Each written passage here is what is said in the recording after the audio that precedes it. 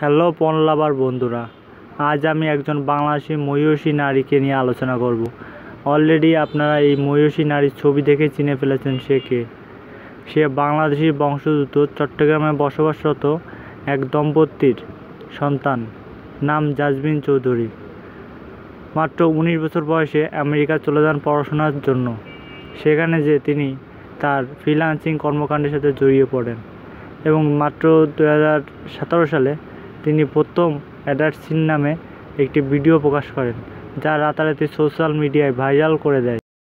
এরপর জাজমিন চৌধুরী ক্যারিয়ারে তার পেশাকে খুব মর্যাদার সহিত টানা 4 বছর চালিয়ে যায় এবং 4 বছরে তিনি প্রায় 60টির উপরে ছবিতে অভিনয় করেছেন। তার অভিনয়ের বিপরীতে অনেক নায়কের সঙ্গে অভিনয় করেছেন এবং তিনি সর্বশেষ গ্যাং ব্যাং নামে কিছু ভিডিও তৈরি করেছেন, যা বাংলাদেশি হিসেবে প্রথম এবং বাংলাদেশি পণ হিসেবেও প্রথম।